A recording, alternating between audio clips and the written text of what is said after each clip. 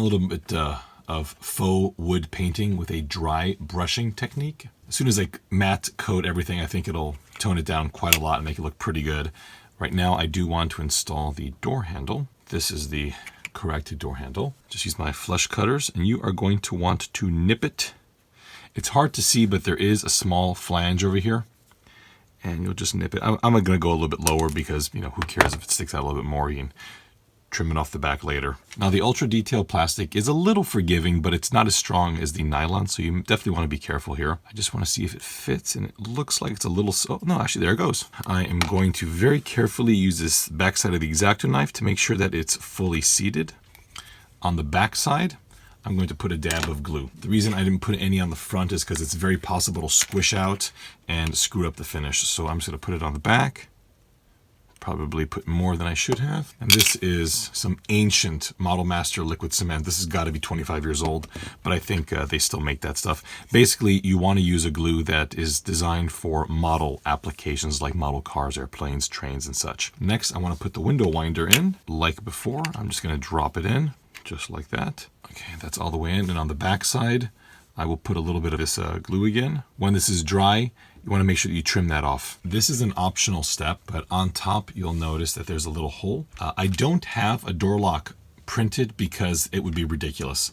So if you've just got a 0.5 millimeter piece of wire, I guarantee you've got something around the house that'll fit in here. Stick it right in here. It's not very deep, and just snip it. That is all I want. It's just barely sticking up. I'll put a little dab of glue. I'm gonna put the horn button in here. So we'll take the sprue and get our flush cutters and just trim off as close as you can. This should pop right in. Yes, it is. So I'm gonna put a tiny droplet of glue. Again, I don't want it to squish out and screw up anything around it. Give it a squish. And that's pretty awesome. I want to install both of the shifters. This longer one is the manual shifter. You may need to clean these out a bit. I'm just going to run a 2 millimeter drill bit through this. Never force any of this stuff. That could really end badly. And now the shifter should drop straight in. There it is. All right, I think it's supposed to be laid out a little bit differently. You've got to maybe twist this to the side like that. We might want to just test fit everything to make sure nothing's hitting the instrument bezel. What I'd like to focus on now is detailing up these gauges as well as the radio. What I'm going to do here is intended to be done if you want to use the illumination feature, and that's going to require a 5 millimeter in diameter LED. If you don't want to deal with the illumination, you can just touch all these up with a very, very fine brush in whites and greens and orange, whatever you would like. I, however, am going to use these Sharpies. And the reason for that is the Sharpie is transparent, so it's going to allow the light to pass through. Almost all of these gauges light up green except for the needles, which light up yellow. So I'm going to very carefully just kind of run the marker directly over what I want to be green. And it's going to be a little tougher in the area where the gauges are because I want to make sure that I leave the needle orange. I'm also going to put in a little red dot right there because I believe that one had a little red indicator for the overheat section there. And I'm going to do the same for the tachometer. I don't know how accurate this is, but to be honest, I just want to see some different colors on the dash. The downside to doing this for illumination is that all the rest of the time, there's a little less detail in the instrumentation area of the truck. However, when it comes to nighttime, I think it's going to pay off. So it's really going to depend on how you want to leverage the functionality. We'll do the needles in orange. On the actual truck, I do not believe all of these light up. I think some of them are like fasten seatbelt. If you have a diesel version, there's the wait to start, the water in fuel light. So it's going to really depend on what variation of the truck. I am going to go ahead and throw in some red details here. The ones in this area seem to light up a little bit more, so that's where I will put some of the red here. This will be a little bit harder because I know I want to have a needle on the radio. So I'm just going to get the orange marker and just do a little line like that. And then we'll run the green carefully, not to mix the two together. Otherwise you have a brown. And then down here, it'll get a little trickier because a lot of the text is illuminated from the rear, and that will be green. This central section that I have not painted over is the AC thermostat control. And that usually will show the blue on the left and the red on the right. And the center, it'll normally be white. So I'm going to try and just do a little bit of red here, a little bit of blue on the left. And now we can take all this and park it right there. And you can tell that if this were fully detailed with chrome, it would really jump out at you during the day. However, I really want this to look cool at night, so I'm not going to go ahead and do that. Okay, and this thing here is just about ready to be, and you can kind of see some of the glossy bits because I did dry brush it. This has to be matte coated, so I'm probably going to go ahead and do that first before I install this, because this will go in from the rear. I just matte coated everything. I think here you can see that there's a really nice sheen on that faux wood grain, and I suspect that it looks no worse than the factory one. So this is going to seal in all that fragile silver paint pen. So what I really want to do is I want to get this installed. Let's make sure it is in the correct orientation. So that's going to go in like this. And again, I'm going to apply adhesive from the back. A little pocket right there.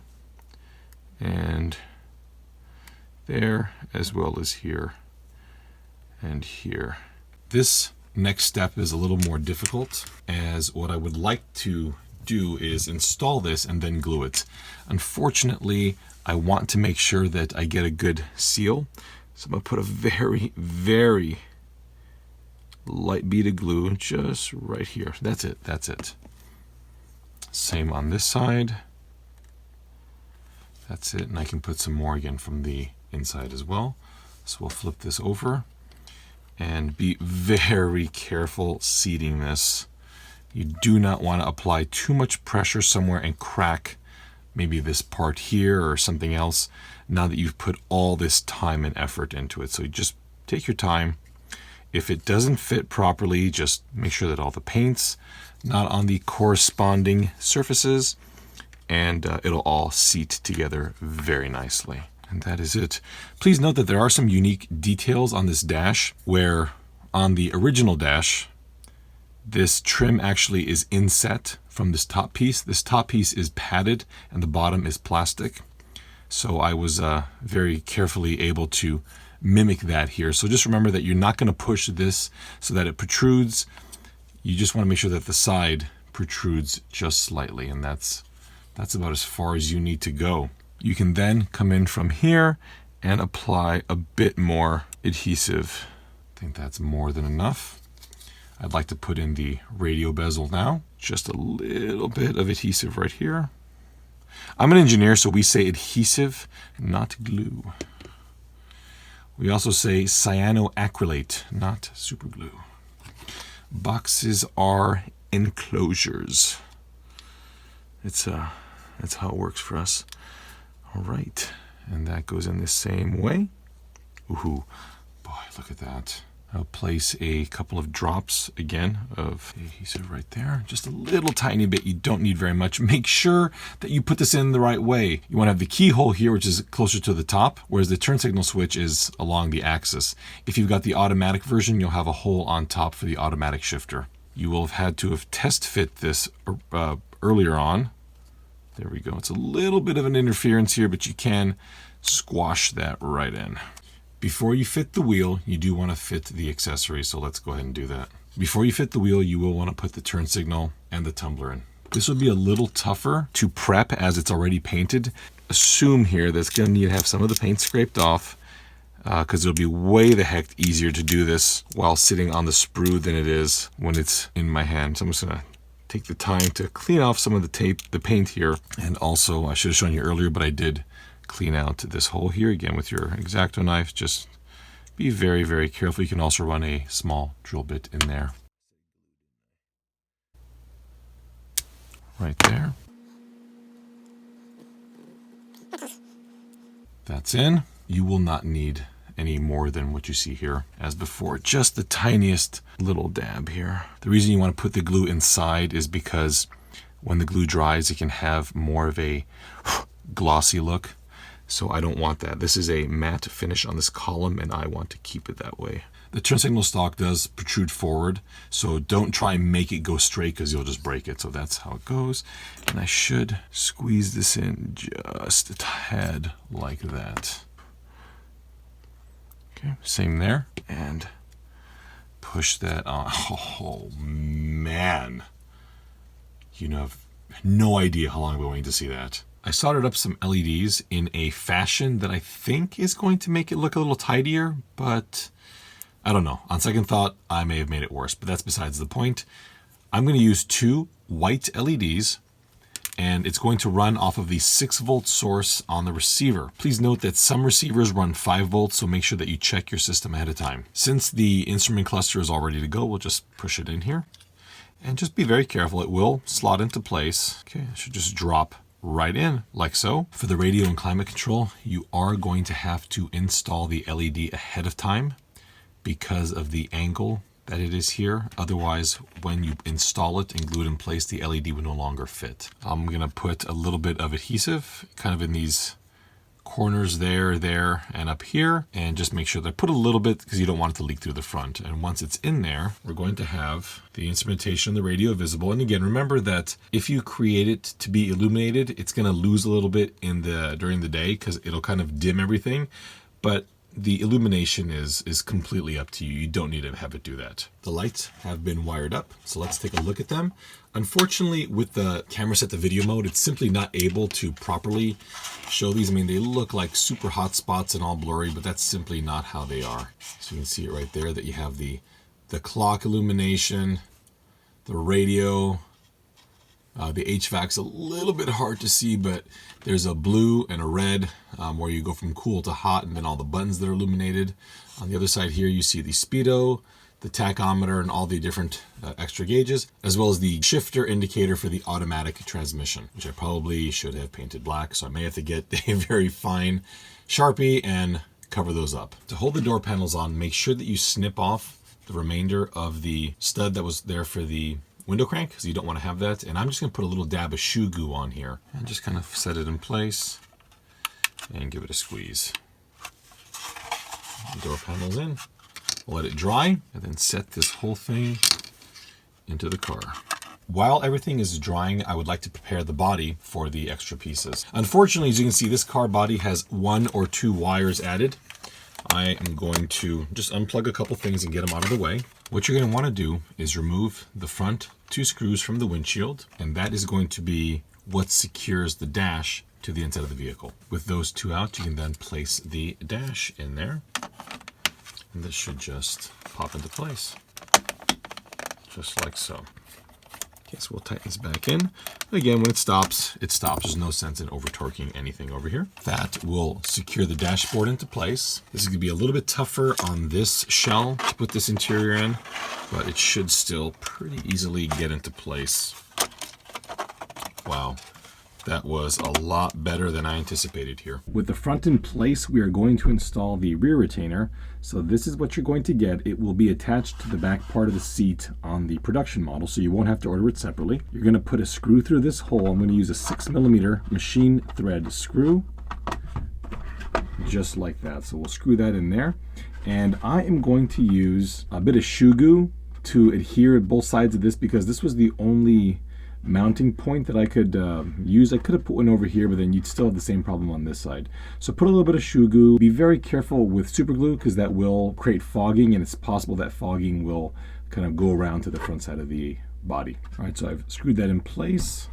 And make sure you don't get a screw that's too long, because you might put a little dimple on the back side of the bed, and you don't want to do that. If you do see any kind of bowing up on this mount over here, I would say once you put the adhesive on it, put a small weight, something a little bit heavier, on this seat overnight while this cures, so that you don't get any kind of deflection here, because that could result in an excessive gap between the door panel and the actual door. Once this cures, go ahead and put 4 cotter pins straight through these 4 mounting holes, and you've got an interior. In terms of compatibility, this is going to fit into the Blackfoot with no problem at all. And of course, you can see it does fit into my retrofitted Ranger. It is very, very close, and it's hard to see, but you can see it right there.